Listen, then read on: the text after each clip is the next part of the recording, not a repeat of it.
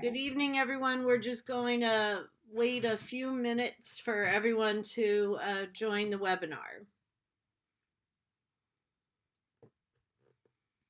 So if you look at the participants number at the bottom, you guys can see that there are participants joining us. I of course don't see it, but that's oh yes, I do. My gosh. Good. Okay. There you go. So you won't be able to see other people. You'll just be able to see the number at the bottom, and the other people can see us, but they can't see each other Okay. for the Well, purpose of this recording this evening. well, you have to tell us when they look perplexed then so we can clarify things.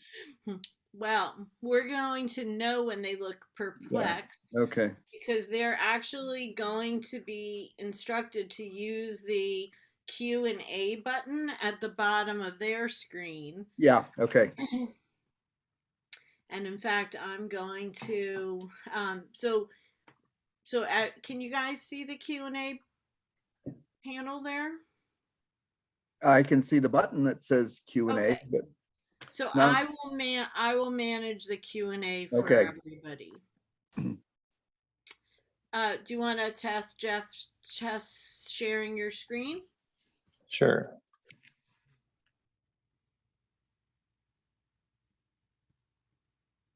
This is when you discover the file is corrupted. Oh, never mind. Better not be. You're Yeah. professionals. Come on. How does that look? Is it up? Not yet. No. Oh, I see what I did wrong. Hold on. Host disabled participant screen share. And I think Robin, you might have to enable me on that. Hold on one sec.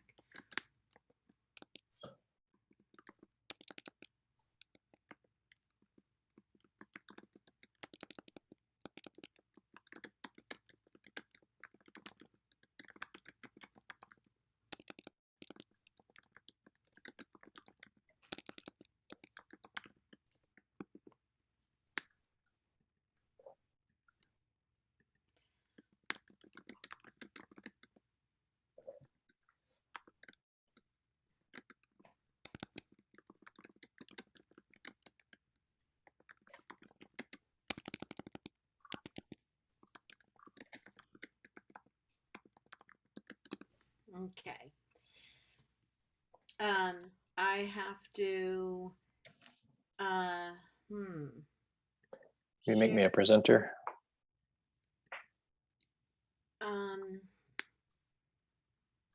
I'm making you a co-host. It's even better. Yes. And I don't think I need to make David a co-host. I think because you called in this way, yep, we can see your screen. It looks good.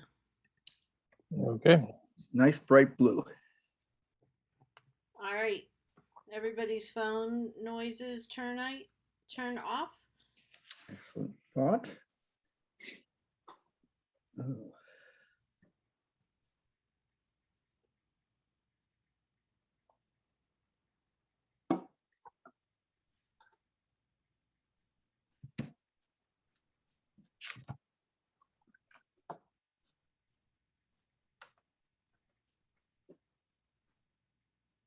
Okay, so I think we can begin, and we are viewing your screen, Jeff. It's 7:05, and anyone can use the Q&A feature at the bottom to ask questions. We've left plenty of time for questions this evening, and that is how we'll do that.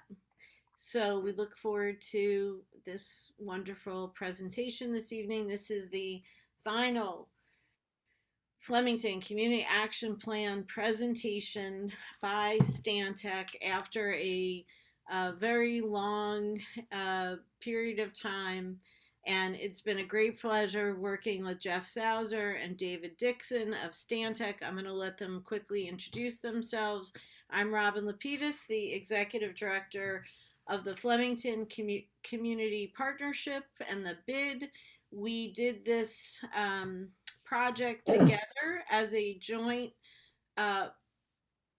production that was related to an Opportunity Zone Challenge grant that we received from the NJEDA, the New Jersey Economic Development Authority, and we wrote the grant, and as a group, we, the FCP, the Historic Borough of Flemington, the mayor and the council, the planning board, the Hunterdon County Economic Development Office, and the Hunterdon County Chamber of Commerce worked together to do this grant report with Stantec, and we're very pleased to present the final iteration this evening and then post this recording on our homepage at Love Flemington and in other places throughout the borough.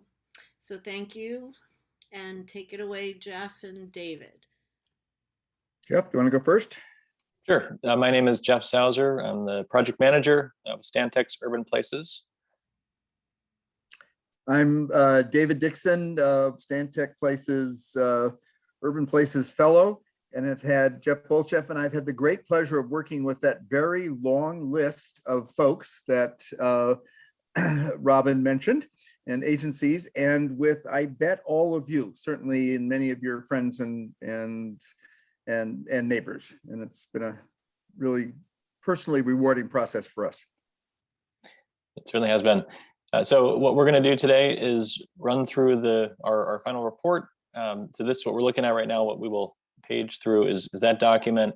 It's set up to be presented, but also to be read through. So we're not going to read every word. You're welcome to go through it when you get a chance. But we want to provide this opportunity to talk it through, take your questions, and celebrate getting this done.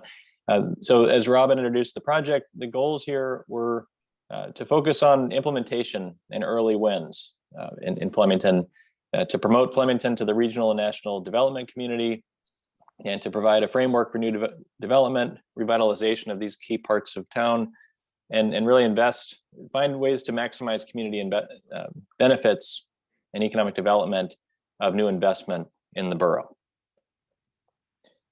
So when we look at a project like this, we want to think about key metrics for success from the beginning. What are we really driving towards? What will tell us that we were successful in the end? And for Flemington, we really characterize those as bustling main streets. And this kind of speaks to some of the things we heard that we'll talk about a little bit later from the community too, what you would be looking for as a successful planning and implementation effort. Are the main streets, Main Street, Stangl, coming to life? Are they bustling like they used to? Have we established a complete 15-minute neighborhood? So that's a term that suggests that within a 15-minute walk, you really have pretty much everything you need for your day-to-day needs. So you can get to a grocery store, you can get to a pharmacy, a park, a library. So this isn't just about bustling main streets full of tourists. This is really a livable community. How can we make the center of Flemington livable, attractive, bustling for everyone, residents and visitors alike? So to begin this process, we wanted to go through previous planning efforts. We always try to build on what's been done before. We don't want to just start everything from scratch. Sure enough, in Flemington, there have been some excellent planning efforts in the past that provided a wonderful foundation for our work, starting with the master plan in 2010. And these are done every decade or so, and the borough is about to start their next one. And even then, 10 years ago, 12 years ago, themes of fostering growth while managing change, reinforcing the historic character, building green, expanding arts and culture. These are themes that I think everyone would agree are still really important today. Envision Flemington was a follow-on document to supplement the master plan that really tried to think about how to manage that change, revitalizing downtown and addressing mobility along the way. In particular, that was what it dove a little deeper into. A little bit later in the decade, the Terra Nobles report focused on strategic redevelopment sites. How can we catalyze downtown revitalization, bringing downtown to life through the infusion of new investment, new development, new housing, mixed use development in particular? A key takeaway there was that report set a target of 900 to 1,100 new housing units as a real catalyst for this revitalization. We'll come back to those numbers. We think that was about right and something to strive for today. And then the Roger Brooks report focused on branding, development, marketing, that was a look at how to market the borough, market Flemington for visitors, for new folks. And it did a great job of suggesting a lot of creative ways to showcase downtown, attract more visitors, make Flemington cool again was a line from there. What it needs is just the energy, the investment, and additional people that the Terra Nobles plan and our work points to make all that happen. So our preliminary assessment, which we will test throughout the course of this presentation and through our project, was that housing is really the key catalyst for economic revitalization in Flemington. As we said, a bustling Main Street, bustling with residents, new folks who are living within a walking distance of Main Street, of Stangl. So what we want to do, and we think that about 1,000 housing units is the right target over the next 10 years to really provide that life and vitality on the streets, and bring these new amenities and reinforce the cultural and coffee shops and art spaces and everything that we already love in Flemington. So what we want to do through our analysis is test this assessment. Does it align with the vision and priorities of the community? Can the market bear it? Is there room for it? These are really important questions to make sure this is a feasible target. So we will walk through that in a minute. I want to talk a little bit about the community engagement process as well. Another key ingredient in this process, also something that we started early on and carried through throughout the process. We wanted to bring a multi-channel approach. We obviously executed this project during COVID. So we had a website that hosted a lot of interactive maps and survey questions. We did dozens of phone calls, video conferences with all sorts of stakeholders, from business owners, property owners, community leaders, community representatives, numerous public meetings, and we got a lot of responses. I like to say that if you look at these numbers, 1,000+ unique people went to our website. We all know that Flemington that's a fifth of the population. That's a very large turnout, I will say. I think, David, we got less of a turnout in our downtown Memphis master plan, if that's saying anything. So we thought that there was an excellent involvement, a lot of enthusiasm, a lot of great ideas through this process. And I think people told us a lot about what they like about Flemington and also what they think needs improvement. More outdoor seating, more alluring walkways, wider sidewalks, but they also love what's happening right now, the Love Flemington initiative. There was a lot of consensus, I would say, and that was one of our goals, was to try to find areas of consensus and reinforce them as a foundation for moving forward. So points of pride was something people were excited to tell us about. The small town feel, historic architecture. It's a compact, walkable place, as everyone recognizes. Great arts and culture, a charming downtown, and a destination has lots of potential. Opportunities for improvement sometimes sounds a lot like the opposite of the points of pride, but in reality, I think I was struck by how the opportunities for improvement were really about making the things people already like better, which tells me that Flemington has a lot of the ingredients needed. We just need to keep building on them. And so it was more of the things we like, enhanced, not new, not replacing anything, but making what we have better. A wide variety of priorities were expressed, and these are all, again, kind of ingredients of a great place. You need all these things, and I think people value everything from walkability to open space to heritage to retail. And so, there's much more. So aspects of this report are summarized in more detail in appendices, including that public engagement. That was just a snapshot. There's a lot more you could go through. But what we did at the end of the first stage of that process was really try to boil down a vision statement, which gives us a starting point for how we can then frame our recommendations.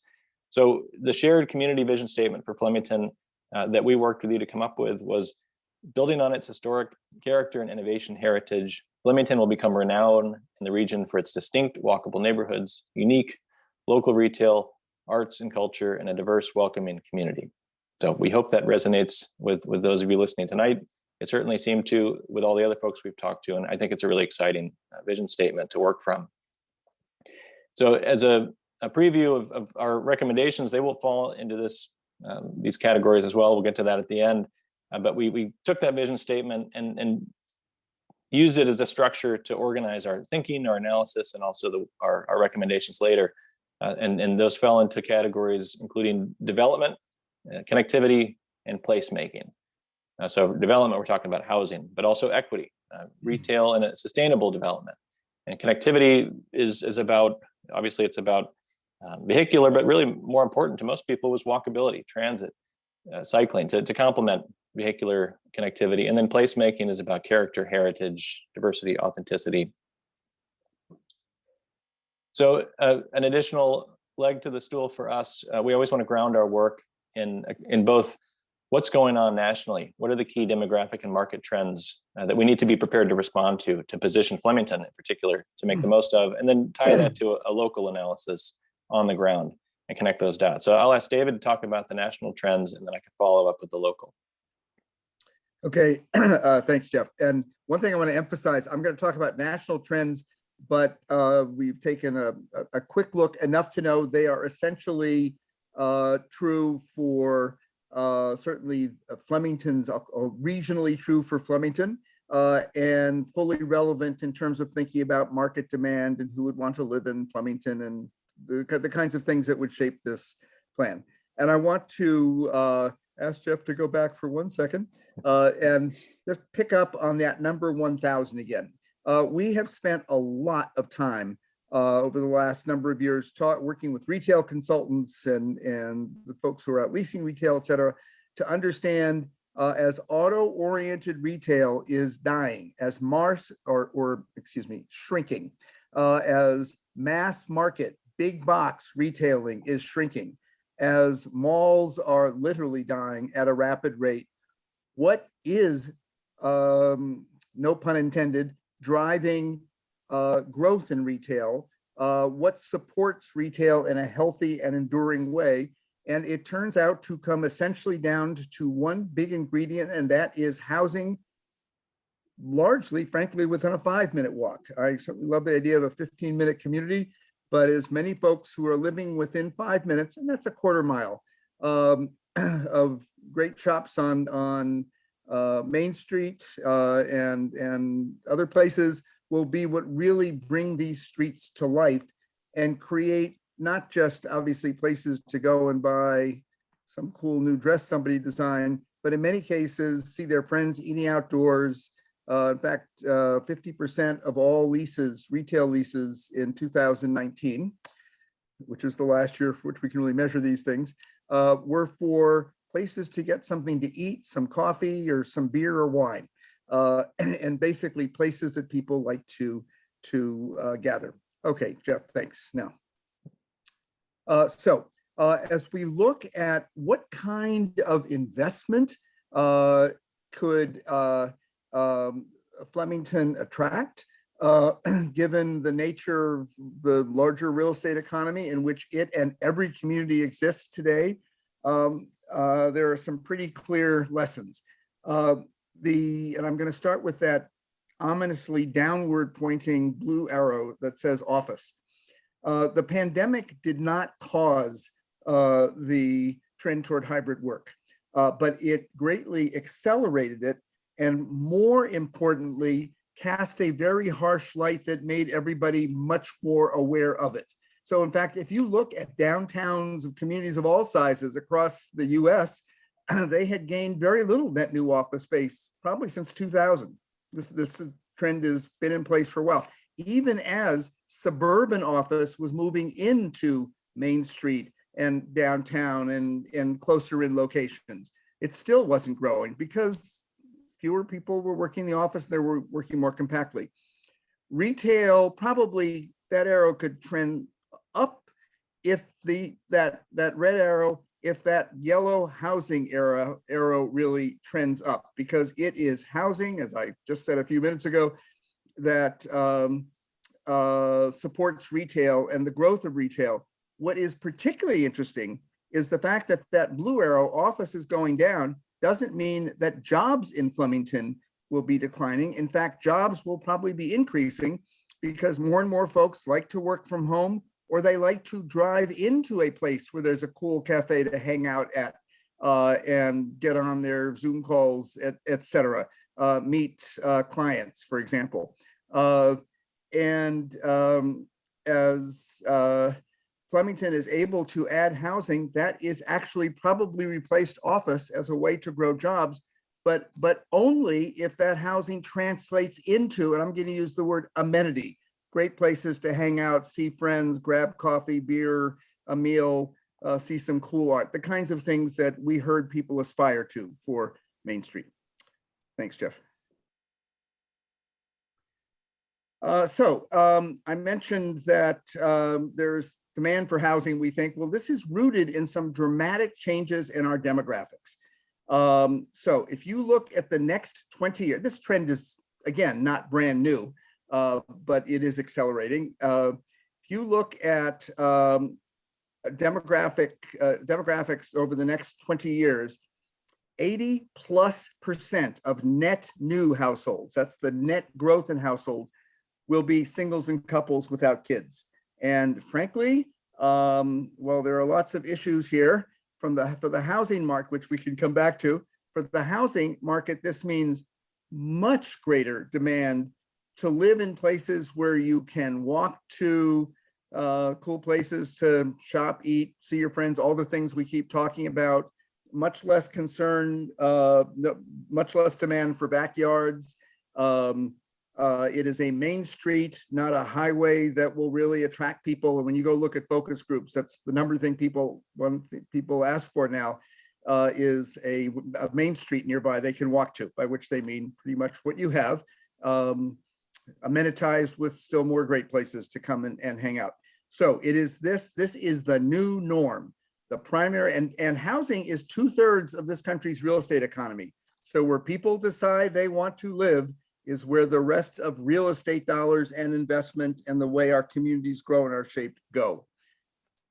And please, hit your Q&A button, and Robin will will ask us a question just to make sure this is making sense. So thank you. All right, so basically the foundation is there from a market standpoint. Okay, Jeff. Now, at the same time, if you want to grow jobs, which most communities we talk to want to, whether more folks are living or working in a hybrid model, mix of home, office, other places, or not, because they really like the idea of jobs in their community, so that they don't have to commute when they do go to the office. And it's something that I think every community feels is healthy, to have a growing economy, not just growing demand for housing. Well, it turns out that the large majority of net new jobs over the next 20 years are going to require some higher education. It is our knowledge and innovation economies that will be providing almost all of our economic growth. The communities that will attract these jobs and investment, again, not office space, but jobs and investment, will be communities that have lively, walkable main streets, that are places where this workforce wants to live. They no longer go try and find a job and then live near that job. They live in a place that meets their lifestyle goals, and then jobs and investment follow. And in fact, there will be investment, probably not in the kinds of office buildings we've seen, but more and more kinds of innovative new innovation spaces. And for a community that wants to broaden its fiscal base and not rely too much on housing, that will become an increasingly potent source of fiscal benefit. But it all starts with attracting this talent. Now, I want to say, because it's very important, that obviously we don't all go to college and compete for knowledge industry jobs. Great many of us have other skills and other capabilities. Well, a knowledge industry job is one of the best ways to create jobs for others, whether it's in stores, providing services, even making things that knowledge workers want. So each knowledge job can add 3 to 5 other jobs managed well. And that's clearly very important for a diverse community like Flemington and every community. Next, please. I've probably said this already. Folks live where they want to live and jobs follow. When I was Jeff's age now, when I was getting out of graduate school, I remember thinking, God, I'm going to have to move to Houston because that's where all the jobs are going. And I didn't want to live in Houston, so I moved to Boston. These days, folks don't even stop to think about that. They just go where they want to live. and jobs follow. Thanks. So basically what we're talking about is something that's referred to as a virtuous cycle. And I want to pause and say for a second that you couldn't have picked a better time to plan for downtown than right now, because our economy is shifting. The engine that shapes and creates opportunity downtown has shifted from office to housing. All these trends are all happening right now. And what they're unleashing is sort of a new virtuous cycle, which is as we add housing, we support more, provide more shoppers, but also think of eaters and drinkers and sitters down, talking to friends, et cetera, folks who then support more businesses that in turn animate Main Street and Stengel and other areas, which in turn attracts more folks who want to live, and also more folks who want to work from home or come hang out in Flemington to work, because it's a lively, amenitized, community-rich place. And this cycle continues. As we create more of this, then more folks choose to live here. Now, that doesn't mean you have to accept everybody who wants to live here. Your job will be, of course, to manage growth, and we talk about that. But this is a very healthy cycle. And I want to pause for a second because Flemington had a very healthy tourist economy. And clearly with the shift in shopping patterns and the decline and now, end of Liberty Village Mall, that the foundation of your retail economy, of what brings life and animates places, has shifted from tourism to things that the folks who live in Flemington want to enjoy. And that's not only a very healthy transition from a livability standpoint. You may not have 20 buses coming every day, but you've got things you want and you support, but also it's much more sustainable than a tourism-driven economy over time, because all somebody else has to do is spend $10 million more in a town 20 miles away, and they will get the tourists. And believe me, that's happening all the time. People who live in a place are a much more sustainable, reliable market over time. And they tend to support the kinds of things that they want, that are relevant to their lives. All right, now next, please, Jeff. So I think, you know something, this is the one slide I won't spend much time on.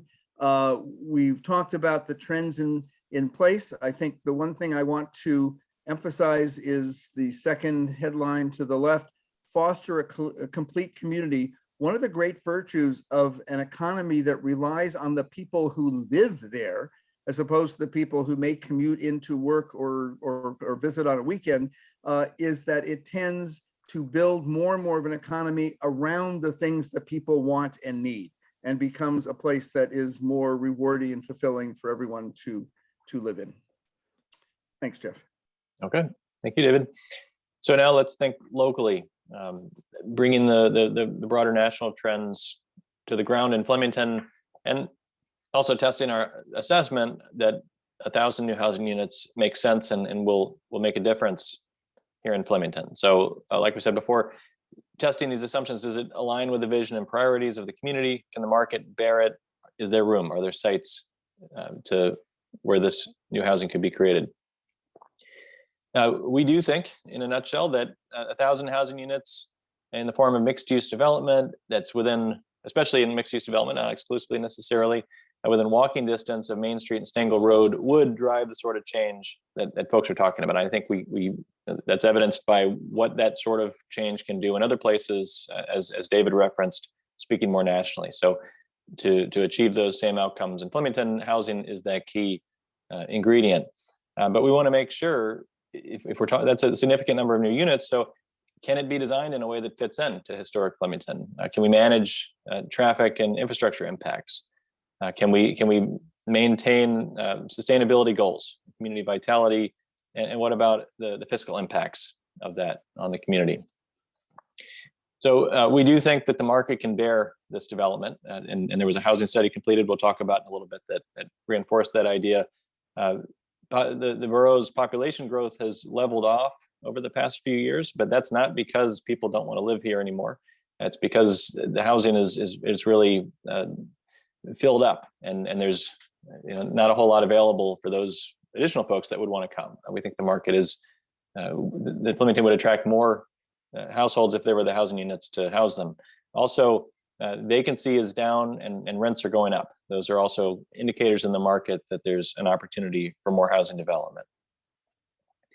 There hasn't been that much multifamily developed in Flemington or in broader Hunterdon County.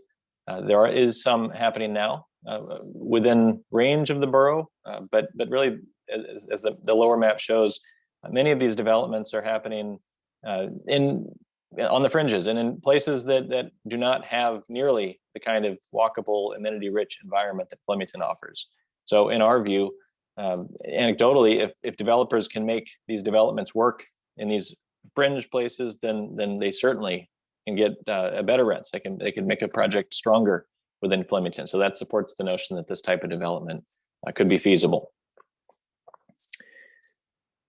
So David, I might call you back in just to talk a little bit about the Zimmerman Volk Associates housing market. We don't have Lori with us, but I know that some of these materials are available.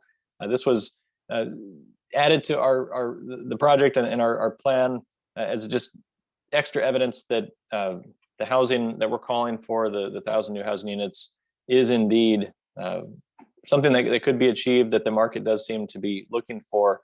And Lori thought a little bit deeper about who these folks would be, what they'd be willing to pay, what types of products they would be looking for. And again, we wanted to make sure that aligned with what we thought was most appropriate and impactful for Flemington. Okay, and I will do this. I'll do it fairly quickly. I want to apologize for having to get on the phone. My son has announced he's on his way to my house and is locked out because he doesn't have his keys. So in a minute, I'll have to get up to unlock the door. But we asked Lori Volk of Zimmerman Volk we suggested to Robin and to the mayor that she do a housing demand study. It's great for us to say what would be good for Flemington, but is there demand in the market? What will people pay? Who are they? What kinds of households are they? You know, what kind of backgrounds do they bring? What are their incomes? All the kinds of things that folks would want to know, not only who wants to show up, not only how many people want to show up, but who are they? And so Lori Volk had some time. She was able to do a study. You can see the numbers, 545 to 760 units over 5 years. That, I will tell you, readily translates in demand for 1,000 or more units over 10 years, because generally as a place becomes more established in the marketplace, demand actually accelerates. And that will begin to make a difference in terms of more life and vitality on Main Street, which will then launch the virtuous cycle that we talked about. I want to emphasize that let me take that back. It was really interesting to ask Lori, well, who would want to, live here? And it sounds an awful lot like looking at the data for who lives there now in terms of ages and household types and also a real diversity. I mean, there are folks of different cultural and racial backgrounds, but again, pretty much fitting the spectrum that characterizes Flemington today. The folks who do live there are the kinds of folks who would like to live there. Thought was very interesting. I want to emphasize one thing very quickly. We're talking, or two things, and I think Jeff will probably address this, but just right away, we're not talking about big buildings. We're talking about buildings that would fit well as infill on some of the larger sites in and around downtown that are available for redevelopment. So it's not about changing the character of the terrific neighborhoods in downtown. It's about, in effect, adding more neighborhood with buildings that are not very different in scale, and that while for many years housing was viewed as a fiscal drain and communities were trying to shift their tax base from housing to office, in fact, that has changed as office rents stagnate and go down in many cases, and as hybrid work takes over. Basically, there's just no demand for new office space and struggle to fill existing space. And as this housing market I talked about becomes more and more robust for folks to live in mixed-use, walkable, lively places, and as these folks don't come with kids, remember, most of these households don't have kids, they in fact become a stronger fiscal contributor than, let's say, the same square footage of housing and office now shows probably a fiscal loss with office and a fiscal gain with housing. So housing has replaced office, the kind of multifamily housing, lower density, and varied residential, multifamily housing that Jeff has been talking about. Jeff, anything I should add there, or Robin? Is that a fair overview? Okay. Yes, I think so. Yeah, and we can All come right, back to that too a couple times. And I will be right back. I'm going to go unlock my door. Excuse me. Thank you, David. So to one of those points, is there room for development like this?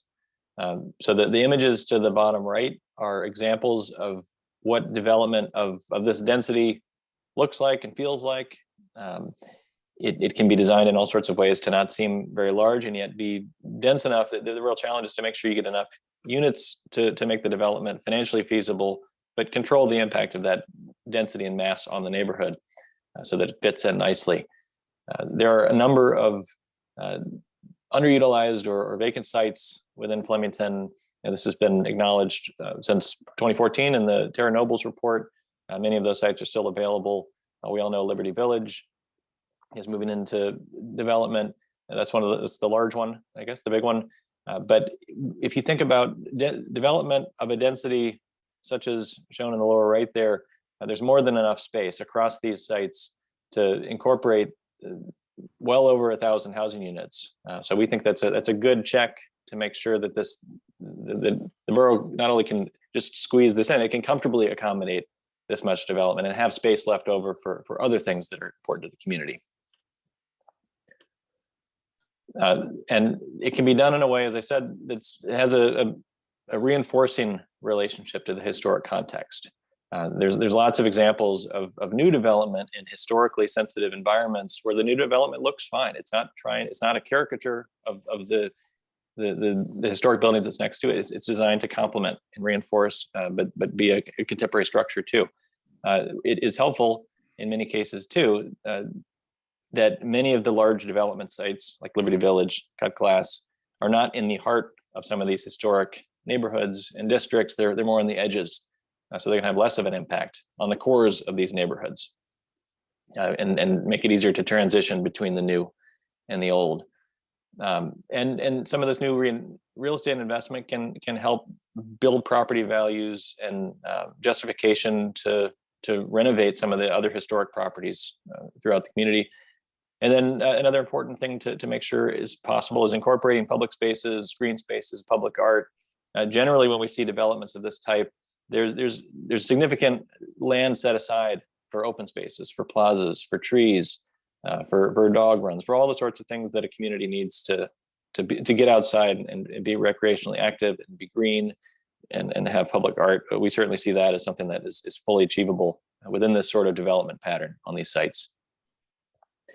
The infrastructure is another, so we did not do a deep dive into this topic, but we did talk to several folks, including borough engineers, to get a feel for where the borough stands on infrastructure capacities and abilities to accommodate new development. The sewer and stormwater systems have ample capacity. Our understanding is that school enrollment has been declining in some cases. And so, as David mentioned, most of the new residents and new developments that focus on multifamily, they're not going to have a lot of children. But even if they did bring some children, we wouldn't expect them to overwhelm the schools. In fact, they might start to just stabilize the school age population in the borough and county in this area. And from a traffic standpoint, we don't think that these new units would compromise the transportation network. Nothing's going to drive traffic like Liberty Village at its busiest back when it was a retail mall.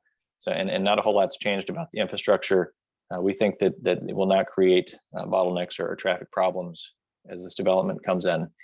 However, we do know that, it's on the next slide. Yeah, water supply in particular is an issue. And we recognize that's on the table. Folks are exploring the idea of new wells, for example. There's enough space, enough water supply to accommodate some new development before you reach the limits of that capacity, but that's the sort of thing that needs to be considered now we know it is being considered now, because it takes years to fund, design, permit, and construct a new well. That time frame is often longer than a typical development project. So you want to make sure that you're laying that groundwork, and establishing that capacity to attract some of this new development and enable it.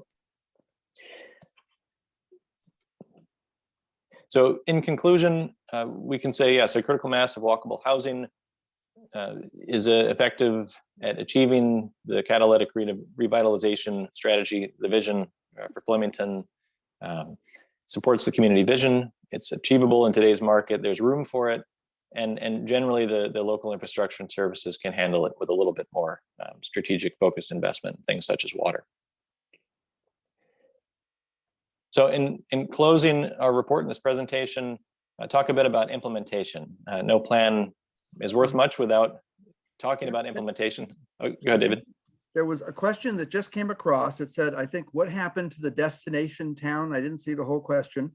And I thought this is a good place to pause because, in fact, I think we are talking about, I would certainly hope, a town that will become a 21st century destination. And that means a destination not just to come to on weekends to shop or to visit as a tourist, but a destination where people want to live and work and live their lives, which in turn supports a new generation of life on Main Street, which is a powerful attractor for others to come and visit and spend dollars in and contribute life and vitality to Flemington. So please think of this as a way to be in a way that is relevant to our era, a more profound destination in many ways. It's a destination for that people have sought as a place to live their lives.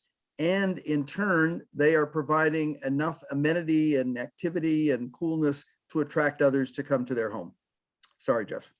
No problem.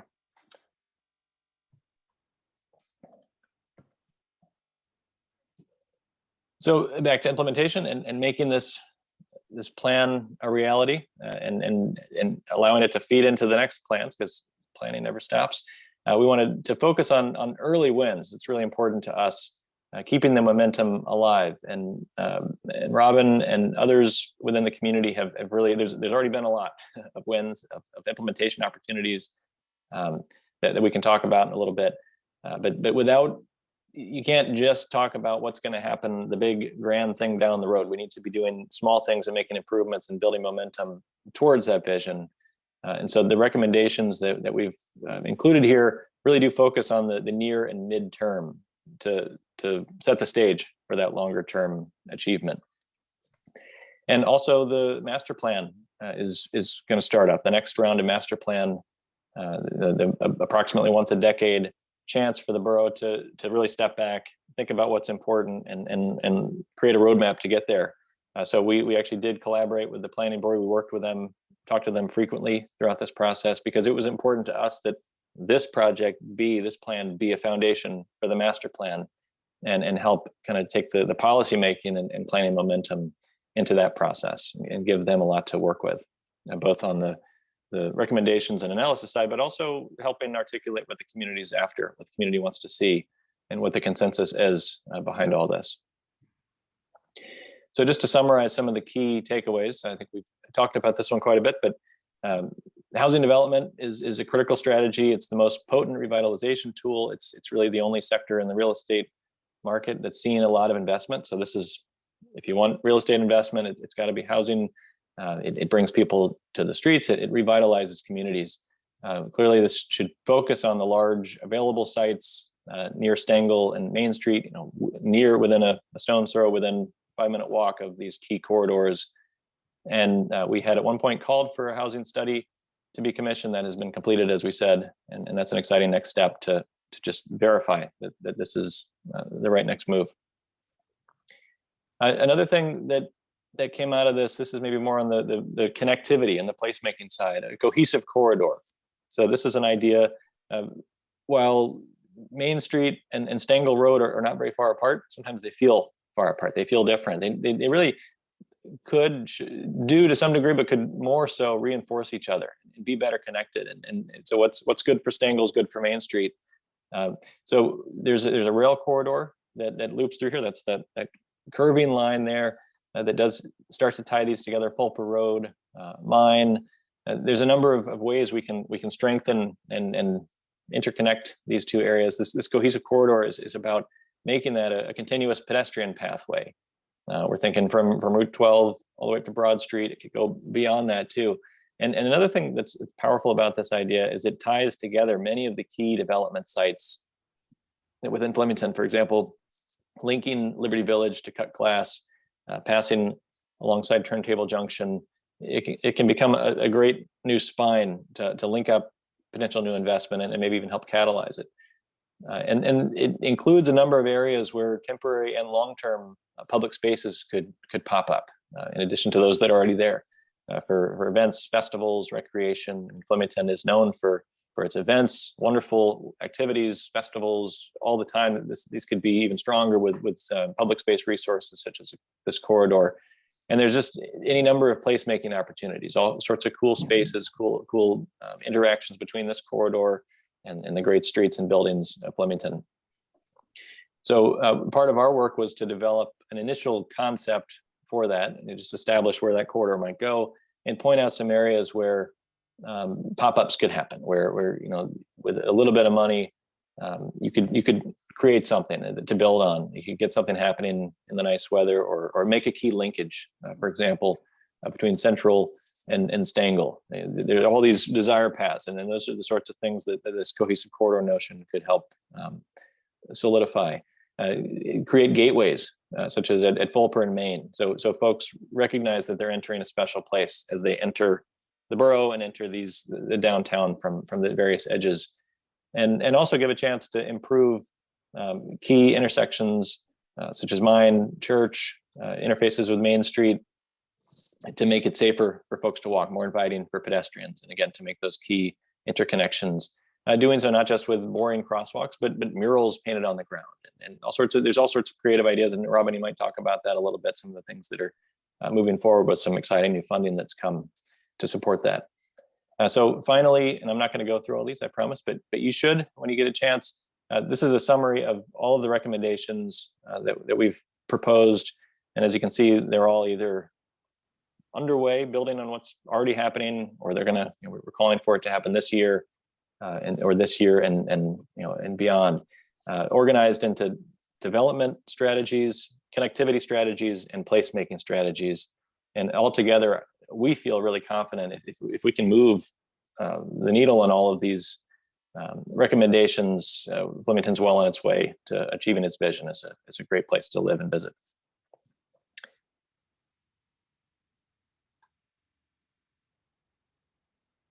So thank you very much. Robin, maybe I'll stop sharing and we can switch over to Q&A if you want to MC that for us.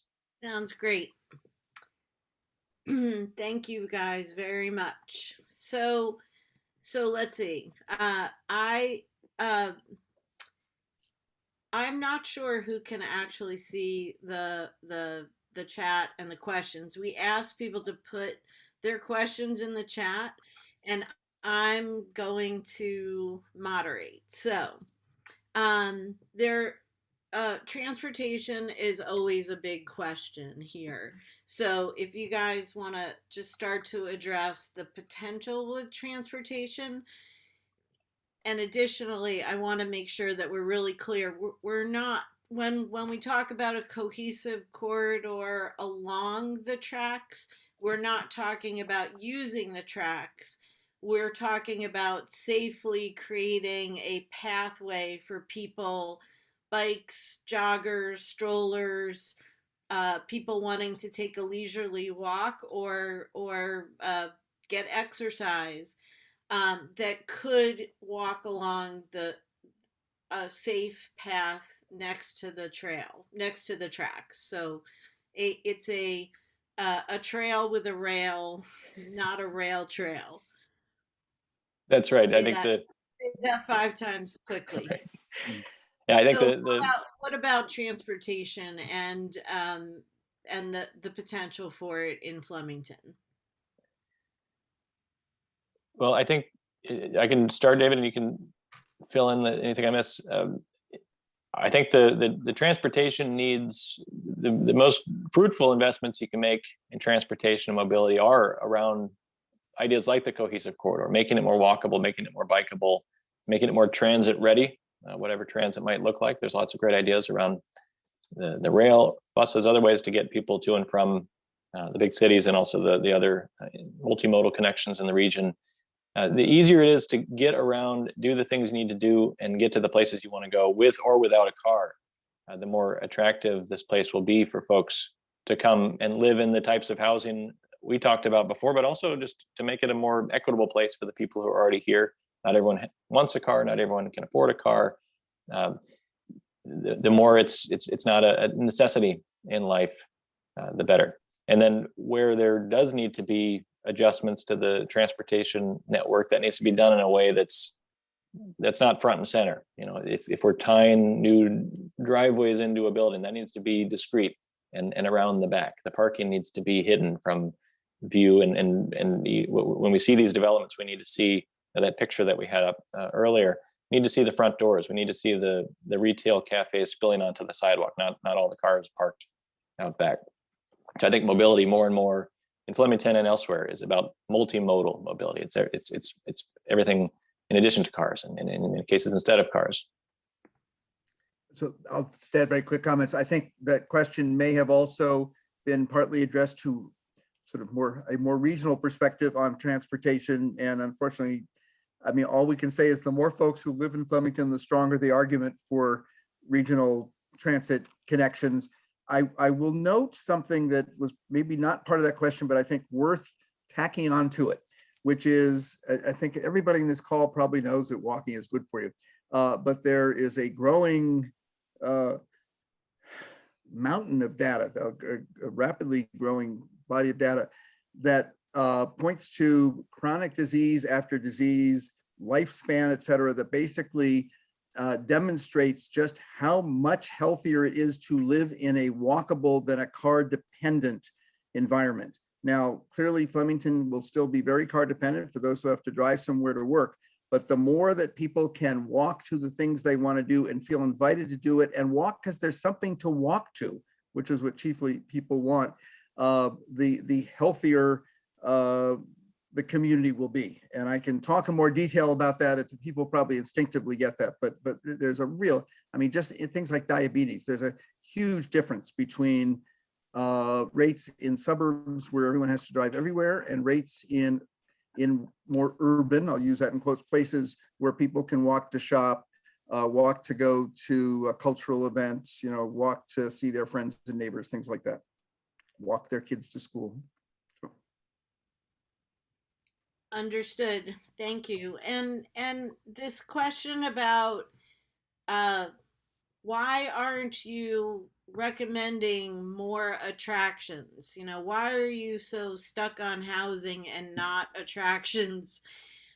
Is going to continue to be a question. So I really think you need to address how things work from your perspective. So please answer that question.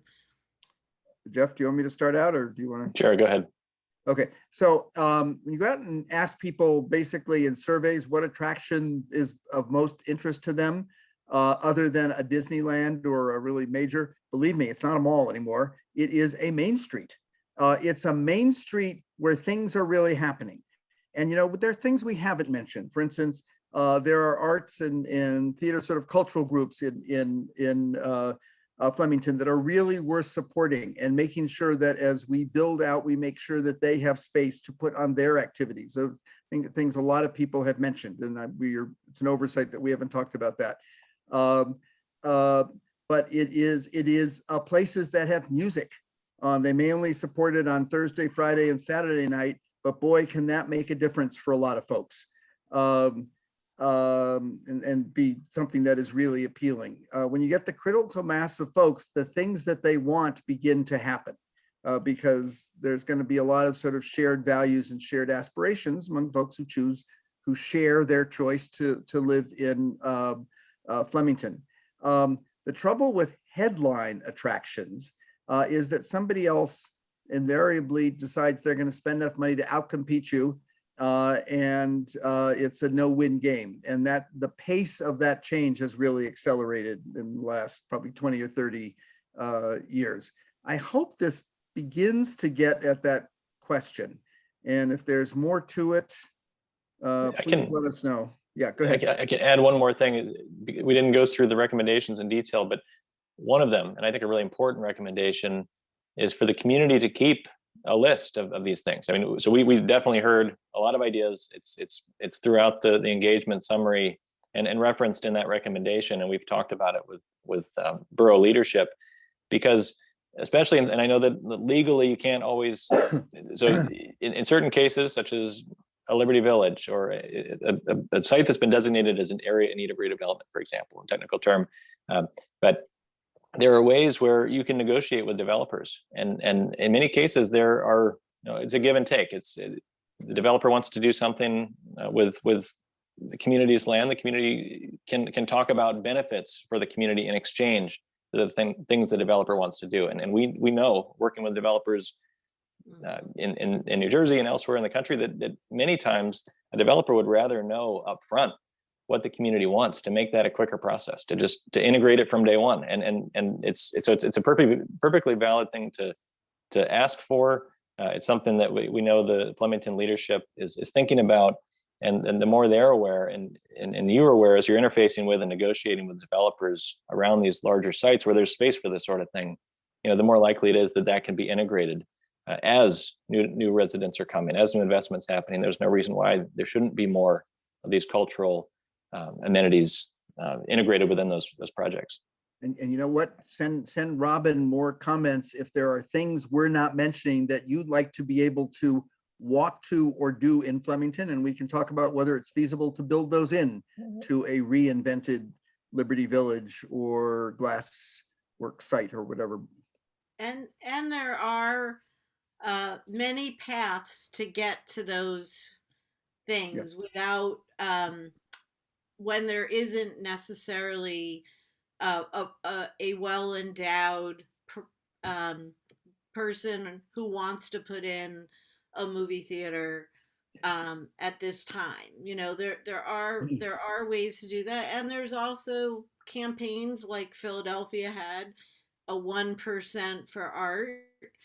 Now you go to Philadelphia and there's art. Every building has public art, the most fabulous sculptures, light displays. So there are ways for a community to ask for greater contributions in terms of art or plazas or meeting places, etc. So I'm going to move on to the more of the questions. So one question was about age groups and who's purchasing this housing. You talked about the people without children. Can you talk a little bit more about who they are and why we think they're inclined to want to live in Flemington? Okay, and I saw that question and realized we'd sort of walked right into it. So let me try and be a little clear. So it turns out fortuitously, and I'll go a little bit further,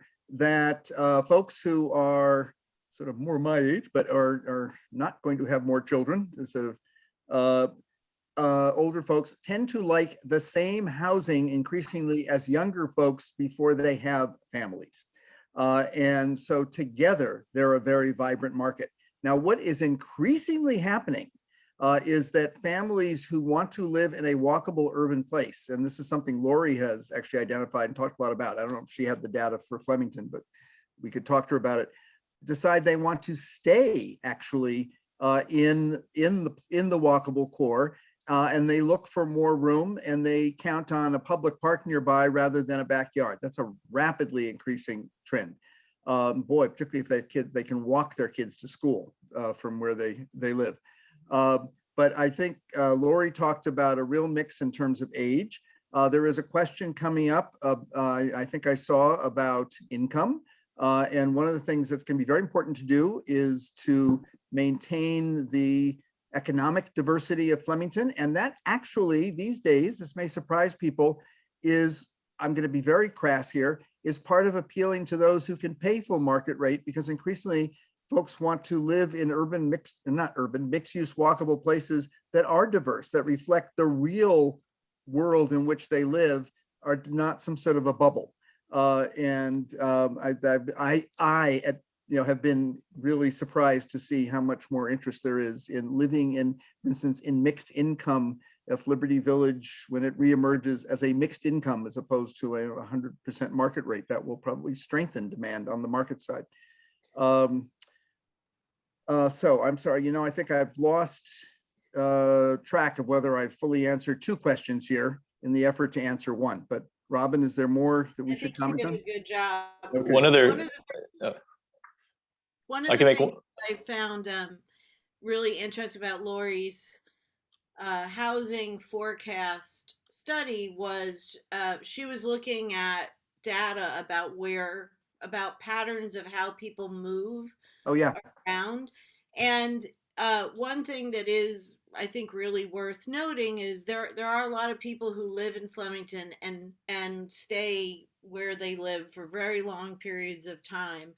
But there isn't a lot of ability to move, to purchase or rent a larger home or a smaller one. There really isn't a lot of choice or opportunity to move into different types of housing. Yep. So And go ahead, David. I'm sorry, I have forgotten, but I know Lori has provided us with a recommendation in terms of how many bedrooms, for instance, how many units we need with different amounts of bedrooms. And it's not all studios and ones by any means.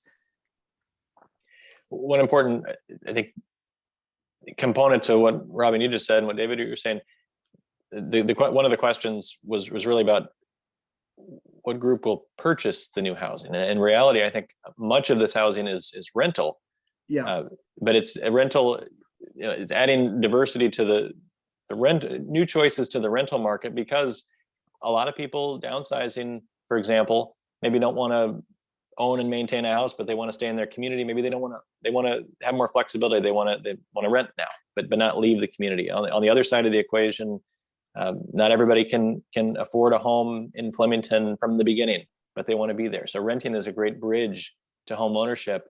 And many times, I think, like you were just saying, David, people will end up buying in the community they start renting in. We see a lot in a lot of communities, such as around Boston, a place called Newton. There's a lot of big, great houses that everyone might want to live in at a certain point in their life. But a lot of people who grew up in Newton they don't have a big enough family to justify it. They can't quite afford it yet, but they don't want to leave. So maybe there's a great apartment they can live in for a little while. And then when they get to the right life stage, they can move into some of these houses that their parents' generation is trying to sell. So I raised my kids in Newton, so I'm particularly sensitive to this. I also happen to know that basically, because Newton doesn't have very many apartments, 100% of its projected population growth over the next 20 years is folks over 65. One of the great gifts that apartments give us is younger folks who can't afford down payments, haven't made firm decisions about where they want to live. And if we want a diverse population by age, apartments are very important. They also rent up an awful lot faster than condominium sells. So it's a way to sort of accelerate the pace of change and get more folks more quickly who will be walking along and shopping on Main Street. So I'm not sure if we answered the intended question or other questions there, but. So there is a question. I'm going to just go through them. I mean, it's hard to, somebody's asking what percentage will be rentals and what percentage will be for sale. I think we don't know because we're not totally aware of what everyone is building. Do you remember right off, Jeff, what Lori projected as demand for rental and demand for sale? I'm looking at it right now. So about trying to do the math fast enough. Maybe a 20% for sale and 80%, maybe 30% for sale, 70% rental, something along those lines. But she does break it down that way. And that's pretty typical. And what happens is that 30% rises over time as folks who started renting want to buy and as a market becomes more established. Thanks. Okay, so a primary focus on activities for locals, will that generate enough revenue for local businesses since there's a low population in our county? So I'll get back to there's just a whole lot of evidence that shows that when you hit around 1,000 new units, again, within a 5-minute walk of different retail places, you attract the critical mass of retailers. And I'll get back to the person who asked about destination, to make a place a destination. Will Flemington ever be able to support all the retail it would like to see on Main Street? Probably no. There are very few communities in our world that fully support their own main streets, but they support the critical mass that then attracts other people that make a place a destination. And in some ways, how do I say it? Those dear folks who drive to Flemington to be able to enjoy your cool places to get coffee, caffeine, and food and beer, et cetera, are supporting the amenities that you can walk to. Mhm. I think people often ask, where will, if this new housing is going to require future businesses more than we already have, where are those businesses going to go? And we just did a count on vacancies. We certainly have a large number of vacancies on our main streets and in this cohesive corridor. What are your thoughts about where is all the new business that we're going to need going to go? Jeff, do you want to take a Yeah. start at that? Yeah. So there was a time when every new housing development was required to have a large amount of new retail space built into the bottom of it, and oftentimes that led to a lot of additional vacant retail space in a community. So I think while there's definitely at key intersections, at key locations, it does probably make sense to integrate new retail space, new cultural space into new developments. There's a lot of great buildings and great spaces that already exist on Stangl, on Main Street. And so just getting these folks living within this area, getting more folks living and visiting and walking around can help support the renovation of some of the historic properties and help get those filled again. So I think that there already is plenty of great retail space, great historic buildings that really, personify the character and what makes Flemington special. This is a great way to get those filled back up, I think. And somebody has mentioned anybody who is, how should I say, struggling and surviving in Liberty Village should be encouraged to move quickly to Main Street. Well, they would do much better and contribute and can continue to contribute to the community. And I think that one thing we don't always talk about is the quality of the inventory of the vacancies.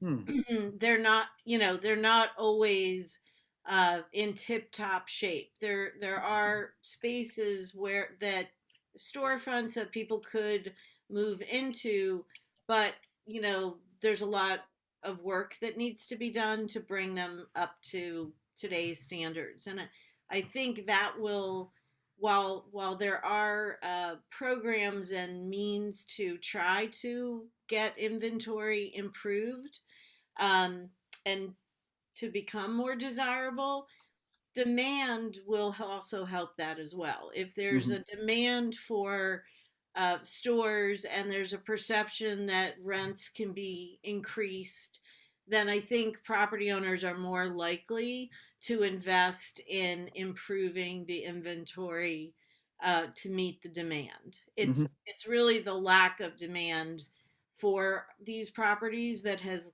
kept them from not being improved to be more rentable. Okay, back to the questions. Here we go. Let's see. I'm going to go to the top. How will surrounding communities be integrated into our plans for future development? We are while Flemington Borough is 1.4 square miles, we're either the donut hole or the jewel in the crown of an entirely separate township. And we held a very esteemed place as the destination. So how do you think we will become more appealing to the surrounding area over time with adding housing? Uh, Go ahead.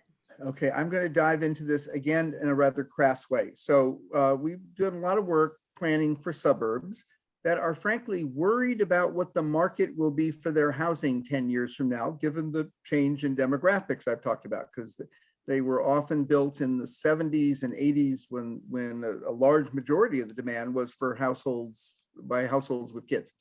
And invariably, what becomes the most effective way to preserve value is close proximity to a walkable main street, to a walkable community, to a place that is community rich, that provides the kinds of things that folks want now.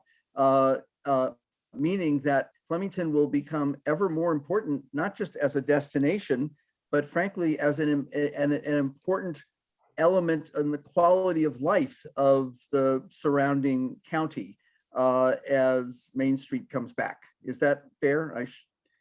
And also, frankly, if you want to attract knowledge workers, the ability to attract them to a place where they, even if they want to live in a house with a backyard, where they can go hang out at a cafe, makes it an awful lot more potent.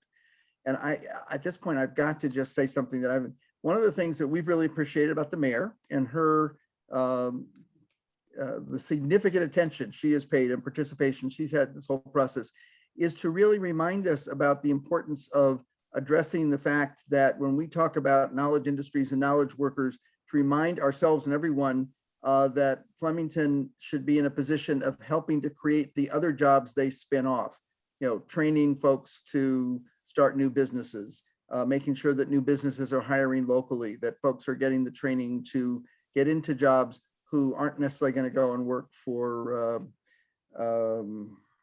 Google or some such place. Anyway, sorry. So this is an interesting question. Someone asked, 1,000 units of housing, if that's somewhere between 2,000 and 3,000 people, is that enough of a change in population to really make a difference? I hate to say, the quick answer is yes. 500 households would not. Also, 1,000 housing units isn't going to be 2,000 people. It will probably be more like 1,500 to 1,800, maybe at the outside 2,000. But yes, that will make a difference because it's within a 5-minute walk, and we spend an increasing share of our retail dollars in that 5-minute walk. So it's a lot more potent. If we were a shopping center that required people to drive to us, we'd need an infinitely greater number within a 5-minute drive and still struggle. Also would point out that I think Flemington only has about 4,000 people or so. So it's a significant increase potentially. Another thing, just to harken back to the way David was describing, trends in the housing market these days, the folks that are looking for that walkable type of housing are particularly interested in spending disposable dollars. Yes, yeah. They're looking to patronize these places. They want to be near the coffee shops and the art stores, and so these people might have an outsized impact on the businesses on and along Main Street and Stingo Road. I'm going to pass something on now to Robin. One of the things we're talking with one of the best, I think, strongest retail consultants in the USA, Bob Gibbs, and he was saying one of the mistakes communities are starting to make is to not allow any chains on their main streets, and you actually need a mix, the kind of cool chain and local. So don't go overboard, but because there's such an awareness of the interest in local and locally based, but just keep a little bit of diversity there. All right. So people often describe the traffic down Main Street as cut through. There are people looking to get from one point to another, and our main street and sometimes some of our other streets provide a fast cut through. But these people are not, they're not necessarily parking, they're not patronizing our businesses. What do you, when there is this more walkable community, what do you think happens to that cut through traffic? And or the question is, what kind of traffic implication is there with more, with more housing? One observation that I would make is, so to the extent that Main Street has extra capacity to handle more cars, regional traffic flows will find it and use it for regional trips. The more Main Street is generating its own activity, its own trips, both people crossing the street and slowing down cars and more traffic lights and stop signs, and people going to Main Street, that actually displaces the regional trips. And fewer cars going down Main Street are cutting through. More of them are actually traveling to some local place. So thank you. One of the big tricks for a community to try and achieve is to replace through traffic with locally destined traffic or destination traffic. And one thing to also remind everybody that a local street that's a nuisance to drive through now will still be a nuisance to drive through. That's not where traffic gets displaced to. They look for routes that are regional in nature.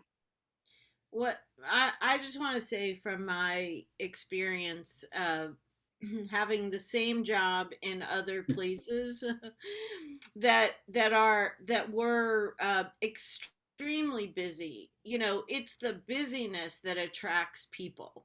Once you have a busy main street, and it could be busy with street performers, it could be busy with outdoor dining, it could be busy with people crossing the street.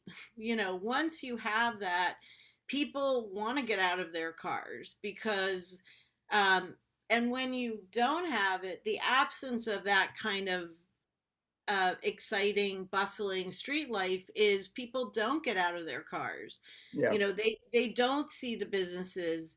They don't feel, while our area is very safe, without seeing a lot of people being out on the street, it doesn't feel as safe if you don't know the area. So, I think it's the busyness that attracts more destination Mhm. traffic just to be a part of a busy Mhm. area. There's, Okay, go I'm ahead. sorry. Okay, one thing we haven't mentioned, and this sounds like we're patting our client on the head, but I don't mean to do that here, is that communities that have a downtown partnership or a Main Street partnership and can program the street. This is, you pulled me into this, Robin, because performers don't just show up. They show up because somebody organized a program to attract performers, sort of curated the mix to make sure they're actually worth coming to watch perform and things like that. So for the person, again, who asks what is there to do, it's a lot easier as a community brings back a Main Street to provide lots of things to do if there is a downtown manager who wakes up every morning figuring out, how am I going to make Main Street more fun for people today?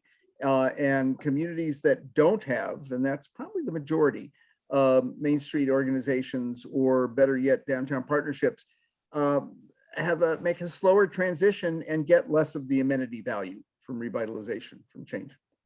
And I'm just going to put in a pitch for performance pitches, because I think that is there are very few spaces along our main street where you could hear a performer. So we do need to compel and implore our developers to create spaces for performances, whether it's a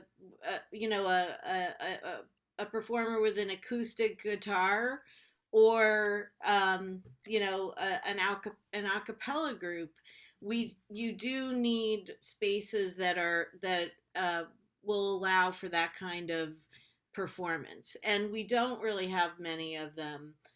So it's very important that with our new development, we build those spaces into what we're doing. And it's also a great time to talk about the MPP grant that we got for placemaking, which is $150,000 a year, every year for the next 5 years to be able to do placemaking, which is to create these kind of playful pauses, some seating, some better signage, and some performance space, and some historical tours and interpretive panels. And it's really what a place needs, what our place needs to be more receptive to invite people to, to linger and pause and sit down and be a part of the community. And somebody did ask a question about community organizing and community groups, and how do we foster more community arts groups in our developing neighborhoods. Do you have an answer, David? Well, I hate to be repetitive, but yes, by having more people who are likely to really be invest themselves and their dollars in these groups to get not just go to a performance, but buy a seasonal ticket, that kind of thing, because they're part of the community and this is something of the community that they value. A community with a good local economy can support an awful lot more of this than one that doesn't have one, if that makes sense. And I want to emphasize that one of the great advantages, again, of an economy built around those who live in a place is they support the kinds of things that they like, not the kinds of things that tourists from Philadelphia like to go see on a weekend, if that makes sense.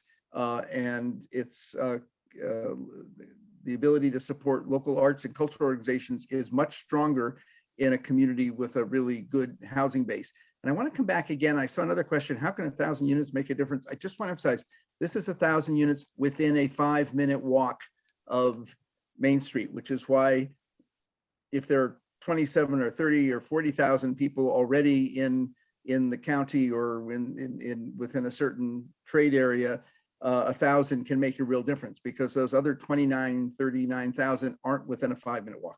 Sorry. Two other thoughts on the community organizations thing. Through mechanisms such as the NPP grant, taking opportunities to increase the visibility of these organizations and giving them the places to do their thing is a big part of this too. Places for them to perform and present themselves. And then as new development is considered, the community organizations can be a benefactor of that. That can be one of the things on the wish list, so to speak, where a developer could either create a space for these organizations or support them in some other way through an existing space. But these, as new investment, new infusions of capital are coming in, that's a great chance to channel it, or it's a 1% for the arts. I mean, these are all mechanisms to help add resources to these great organizations. And there's in the spirit of self-fulfilling prophecies, a community that is committed to a certain, to a scale of change, to transformative change. To adding 1,000 units is much more able to attract the 10 developers who will create that 1,000 units than a community that has not made that commitment, that can't attract any of those 10, if you see what I'm saying. Yeah. So the reason that someone would show up and say, okay, I want to redevelop Liberty Village Mall, and this is sufficiently important to me that I'll pay for a community space and I'll pay for a town green, et cetera, will do so because they know the other components of change are coming that will make this a good investment they want to make, and they're willing to invest more because of the value being created in total by downtown. Mm-hmm. And as Jeff pointed out before, nothing meets chance better than a prepared community with a really developed wish list, which is realistic. A developed wish list that is realistic. If we continue to say we want a movie theater, we're not really getting to the other things that we really want, like a community gathering space or places for community organizations to produce art. It's not just a pre-made, the sustainable gift to the community in terms of art is not necessarily a movie theater. It's all these Mhm, other rich mhm, opportunities that keep on giving. So, mhm, and truthfully, right now we have, I might be wrong, but there's only like two or three murals in the borough, and the MPP program can pay for artwork, for public art, for murals.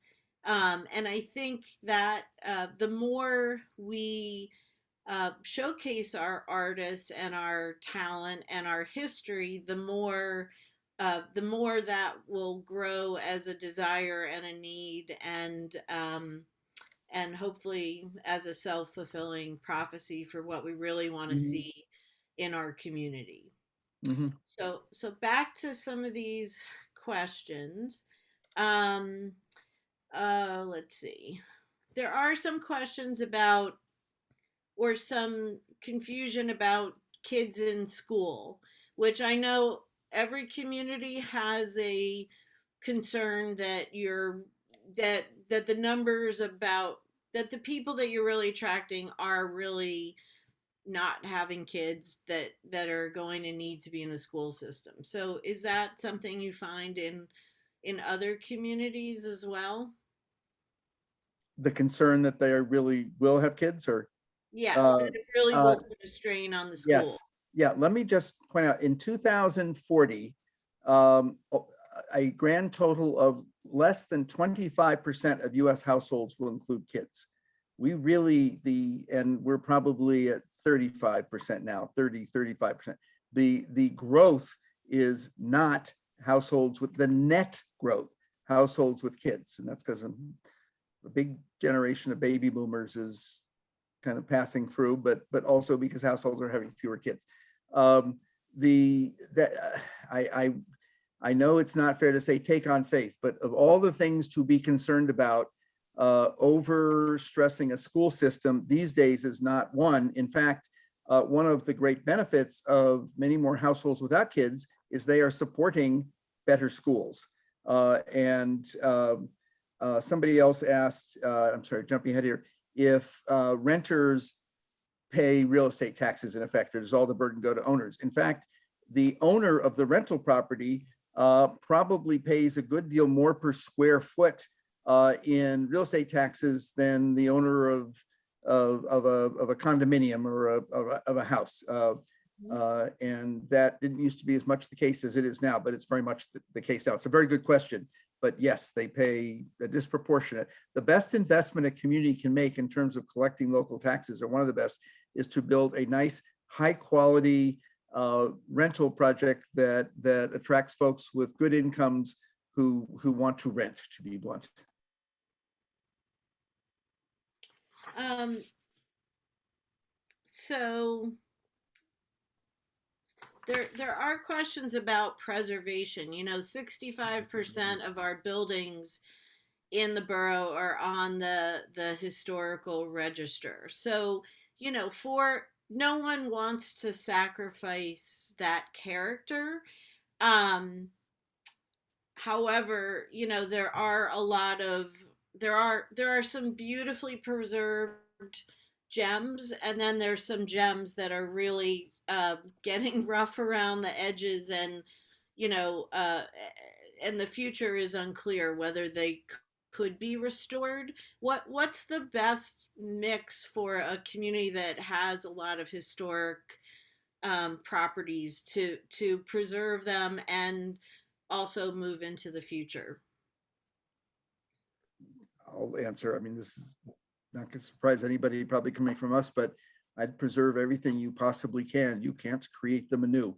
And one of the things I want to emphasize is, if you think about the locations where the vast majority of the new housing would go, how should I say it? None of it's in anybody's backyard.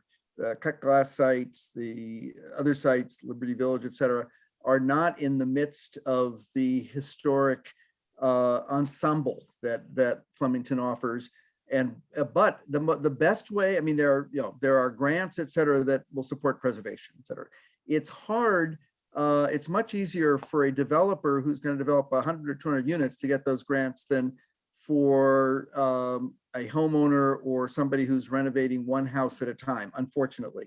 But the more the town can do to help get funds to folks who want to do the infill, the one-by-one preservation, that can make a huge difference. And it's unfortunately our system is set up to support large. It's easier to preserve a mill than it is a house, unfortunately, in terms of financial support you could get. And anything we can do to change that would be good. But is that a fair answer to whoever asked that question? Yes, I think it is. David, we did get this placemaking grant, and it's only placemaking and revitalization. So in your vast worldly experience, what do you think are the things? What are those ingredients that every community really should have? Is it murals? Is it bringing history to the street? Is it having places where people can perform? I'm sure it's all of them, but what do you think we really, with Flemington, what do we really need to make it a more special and unique experience for the people who are coming to see us? Well, you sort of gave me the answer in that it's all those things, but I think, how should I say it? I think there is a huge craving for places that offer a sense of shared community. The ability in good weather to sit outside. One of the things we discovered in the pandemic is how much folks want to come together to dine outdoors. I remember walking up and down streets in Boston, just marveling at all the jackets and coats everyone was wearing, just so they could sit outside and enjoy community. And I think a main street these days, we've said this probably over and over again, is I think the most potent amenity, cool thing, sort of forum, whatever the term is, a community can offer itself, create for itself, and offer to others to enhance quality of life. There are all kinds of other answers. I think providing affordable housing so that all of us can live in our communities together and at all our stages in life. Providing places for performances and the arts and those things that can never afford to provide them for themselves, but that really enrich people's lives is really important. It's a lot easier to do if you create a community where folks want to invest, because then they're willing to build those for you. And in the midst of places to shop and other things. I also think just making sure there are places that people can call the town green, where everyone comes together and sort of shares the community that they have and time with each other matter. I can only imagine this is an inadequate list. And so Jeff Sauser, what would you add to it? I would say that it shouldn't be overthought by the planners, for one thing. What you're trying to accomplish, in my view, is when you enter a place, its personality, its character, its heritage is evident in the public realm, in the physical environment. And so the more that you can do to provide opportunities for that to manifest in all of the ways that you listed. So it's both in murals, in permanent ways and in dynamic ways, temporary ways and long-term ways, that just carve out as many opportunities for those sorts of things as possible, and then get people who are more creative than me to figure out what to do with them, and make sure those people who are working with that space have the funding and support to get it done, but also are of the community themselves and not imported from somewhere else in most cases, so that what they do there is just very Flemington, and that's clear to the people who live there, but also those who visit. And that's thank you. So one of the things we're all, Robin is, we can see Robin and not the rest of you. Hopefully you can all see Robin. You've got a downtown manager whose job is to make Flemington a place you love. And that's something that can be taken very literally. And what you love probably is in some cases enduring and permanent, in other cases changes every season and every year. And putting Flemington, putting the downtown partnership to work to take advantage of all the things we're talking about to make it a place that you love more and will continue to love as you and your values change really matters. And it's a real gift to have a partnership. as opposed to a community that doesn't. And we're probably retreading here, but Well, thank you. I do appreciate your calling attention to how much work I have to do. well, and we got a lot of people to work for. So yes, but our the uh, this process and the MPP survey process have really brought a lot of people together to have very good conversations about what yeah, we all want and desire. And I think it's particularly wonderful to work with you guys in this context, and I think you've really helped shine a light on a way to unlock potential and more of what we can do authentically in communication with each other. So let's just see if there's any questions we haven't caught, and then I think we're close to calling it a night. So let's see. Um, there are questions about events and everything that's happening. We uh, People are encouraging us to tout our arts, our local artists more yeah, in what we do. I think that's, you can see that. So Mm, kind of one, Jeff talked a lot about authenticity. That's the word, Jeff, for what my word for what you were saying. And authenticity is about the hotel. It is wonderful. I can't tell you when I talk about Flemington, how impressed people are that you actually managed to preserve the Union Hotel. That gets the most comment. It's because a lot of communities have failed with that, with similar initiatives. But that really matters. But it's also the living culture of Flemington that is its authenticity. And yes, you're exactly right. The performance, the artists, finding places to give them a voice, give them a stage is just wonderful. I mean, frankly, it nurtures the best out of them, but it's something everybody can identify with that tells the story of you as a community to the larger world in all kinds of ways. mm-hmm. Um, and so I would say it's always legacy and living culture together that are what shape authenticity, or what convey authenticity. Mm-hmm. Totally agree. And as somebody who has run many parades in various places, uh, some where we paraded from one town to Harvard Square, and a parade that is the focal point at the end of a week that about 100,000 people show up to watch. Flemington has the best parade culture ever. Oh, Whenever we goodness. close the street and we invite our people to come and celebrate, there's no finer celebration. There's no greater creativity. It's really phenomenal, and I really hope you guys get to come Oh, to see our holiday parades or our Memorial Day parades. But I also think it can't always be a parade. It can't always be a closed street event. The amount of infrastructure that it takes for our small town to do a harvest festival or corn, tomato, and beer, that we get 5,000 or 12,000 people to come and attend. It's really very taxing for the town infrastructure and for the businesses.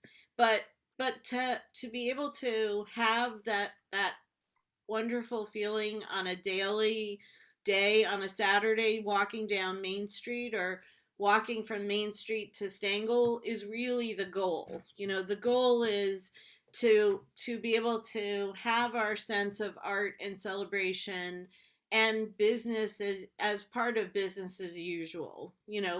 And I do really believe that's very possible for us in the future. And I think that is what Flemington richly deserves, and what we're here together to create. So let's see. I felt like there was one last question there. can we do a synopsis in order of importance on what small towns do to be successful?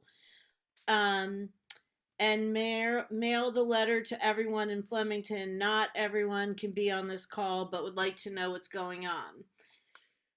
So people just want to give me more work to do, but yes, I think we can do a synopsis. I mean, currently we have um, a very long report that is your the Stantec Flemington Community Action Plan report, which is on the borough website, and we're going to put it on our website along with this recording.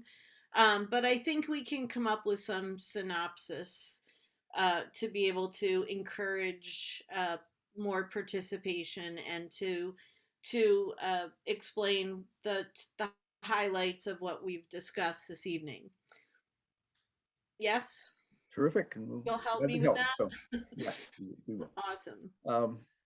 And I want to just, Jeff mentioned the 1,000 folks who, 1,000, I guess, independent or original, whatever the term is,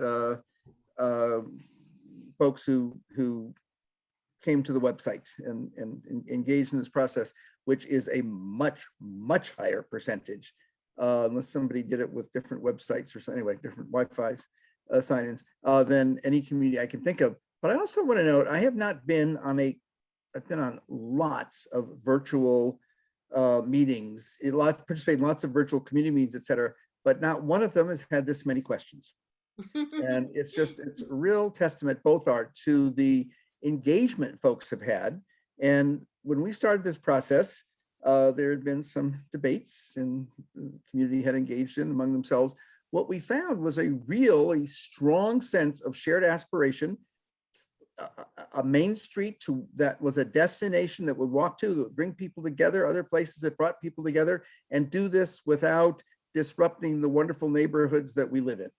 And I know I'm oversimplifying, and keep us a diverse place that's accessible to a broad range of folks and things like that. But there really was a lot, and people have maintained a lot of shared aspiration. And that doesn't mean the details are all the same, but that's why you have Robin. But the fundamental goals are the same across the community, or there's certainly a large body of shared aspiration and goals, and that's a terrific resource. Jeff, anything to add in a final a conclusion?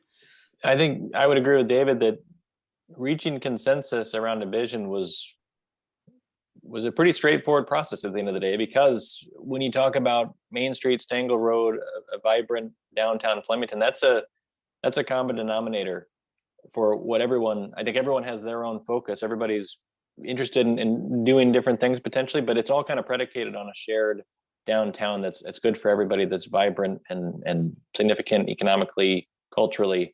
So sometimes we don't get past that part in a planning process, but I think everyone in Flemington is really on the same page about what their vision for their community, what they're out to accomplish. And we really were able to get down to work to how to do it. What are the ingredients? It's a very pragmatic community. And I think that's a promising thing.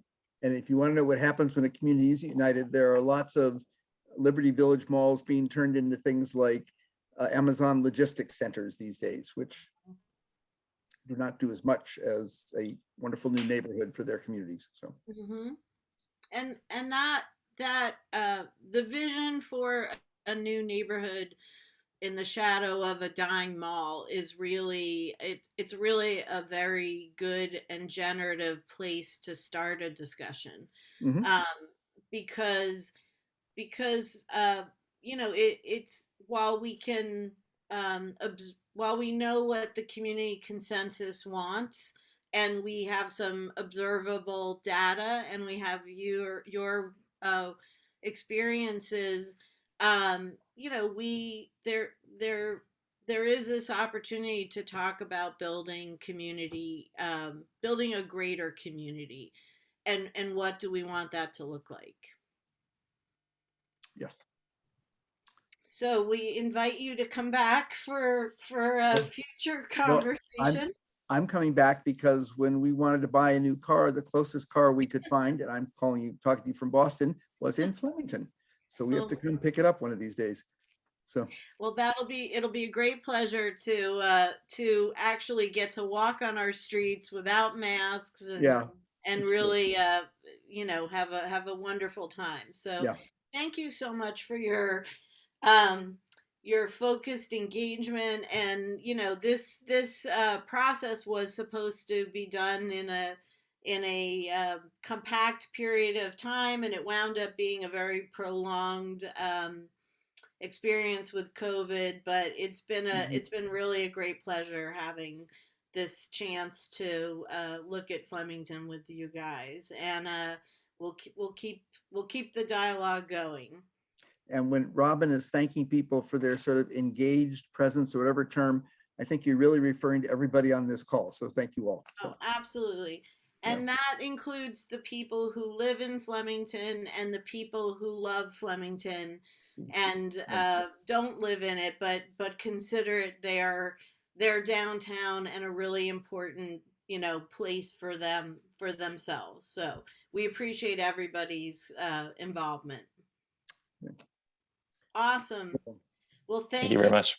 okay, good Well, night. we're gonna conclude this evening, and we'll talk soon. Thank you so much. Thank you. Thank you. Everyone for calling in, and good night. Thank you.